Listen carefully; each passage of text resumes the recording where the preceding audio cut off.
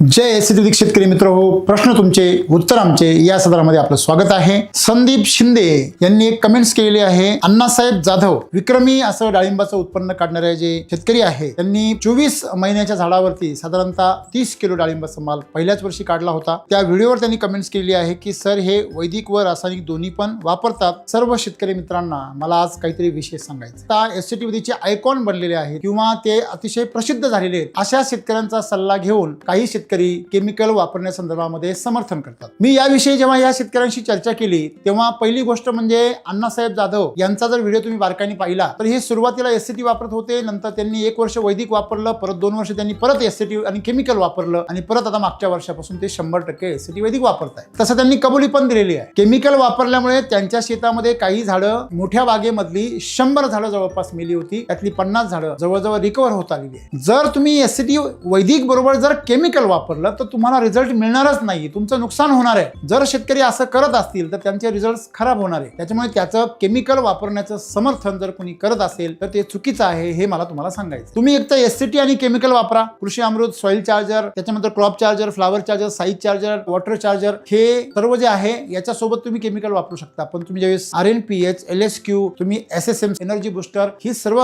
ज्यावेळेस तुम्ही health charger वापरता त्यावेळेस 100% एसटी वैदिक वापरणं गरजेचं आहे। त्याचं कारण दोघांची प्रकृती वेगळी आहे। तुम्ही वैदिक आणि केमिकल एकत्र वापरू शकत नाही, त्यामुळे विकृती निर्माण होईल। तुम्हाला केमिकलचेही रिझल्ट मिळणार नाही आणि वैदिकचेही मिळणार नाही। जर तुम्ही याविषयी जर खोलात गेलात तर सरलाताईंशी मी चर्चा केली तर सरलाताई असं म्हणतात काही शेतकरी एवढे आग्रह करतात, त्यांना शेवटी वैतागून सांगावं लागतं की वापरा, तुम्हाला थोडेफार वापरायचं। तर मुद्दा असा महत्वाचा आहे की याविषयी आपण जर समर्थन केलं तर आपल्याला 100% रिझल्ट मिळणार नाही याची आपण खात्री घ्या। जर तुम्हाला केमिकल वापरायचंच आहे तर तुम्ही वैदिककडे का वळता हाच मला पहिला प्रश्न पडतो। केमिकलच्या त्रासाला वैतागून आपण वैदिक सुरू केलं आहे तरी पण तुम्हाला केमिकल वापरायचंच आहे तर हे तुमच्या अज्ञानपणाचं तुम्हाला लागलेल्या सवयींचा परिणाम आहे। याच्याशी तंत्रज्ञानाचा काही संबंध नाही, रिझल्टचा काही संबंध नाही। 100% एसटी वैदिक जर वापरणार असाल तरच आपण एसटी वैदिक सुरुवात केलं पाहिजे, अन्यथा केमिकलची सवय असलेल्यांनी फक्त एसटी आणि केमिकल असंच वापरलं पाहिजे, याच्यामध्ये गोंधळ करता कामा नये। बाकीच्या ज्या कंपन्या आहेत जे एसटी वैदिकच्या नावाने आमचं पण तसंच आहे असं ज्या कंपन्या म्हणतात